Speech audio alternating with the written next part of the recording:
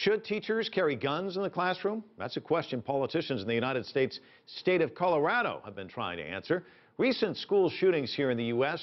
have prompted some to argue that those in charge of class should be offering not just instruction, but protection. CCTV correspondent Hendrik Sybrandy reports.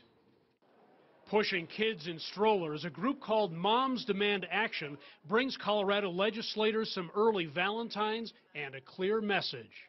We're here to express our concern about the bill that would introduce guns into our schools. This is not the direction, they say, in which American education should be heading. Our teachers are there to teach, not to protect our kids with firearms.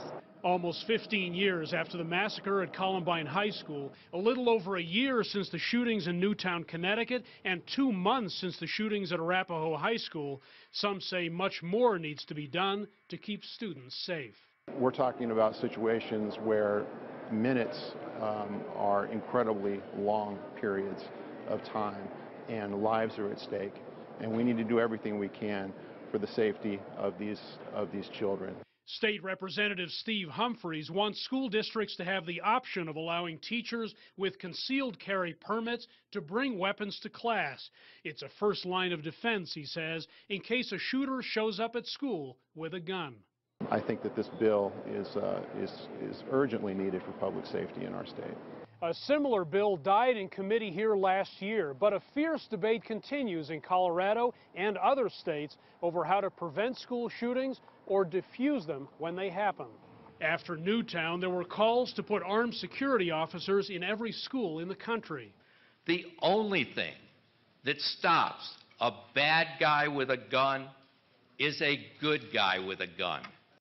But with budgets tight, and particularly in rural areas, some in law enforcement think teachers could be key.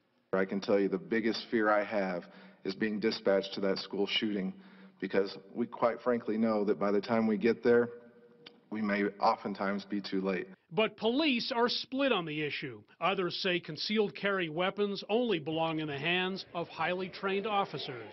Rather than kind of a blanket law that allows anyone with a CCW that the board has approved to carry, which creates some safety concerns as well as challenges from a response standpoint.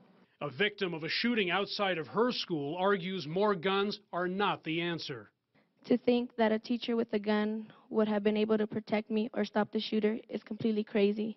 One mom says tighter gun restrictions and better background checks would be more effective.